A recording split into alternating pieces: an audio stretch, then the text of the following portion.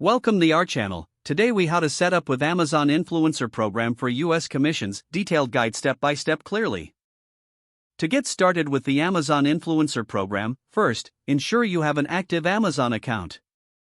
Visit the Amazon Influencer Program website. Click on the Sign Up button to begin the registration process.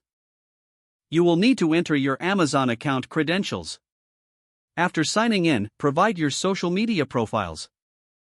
Select the platforms where you have a significant following.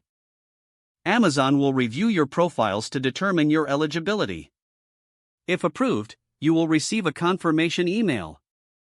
Next, log into your Amazon account and access the influencer dashboard. Here, you can create your unique storefront link. Customize your storefront by adding a profile picture and description. Next, add products that align with your brand. To do this, browse the Amazon catalog and select items to feature. Use the Add to Store button for each product you want to include. Once your storefront is set up, promote your link on your social media channel. Encourage your followers to explore your curated selections.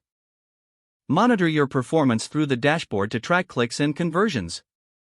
Analyze this data to refine your product selections and promotional strategies.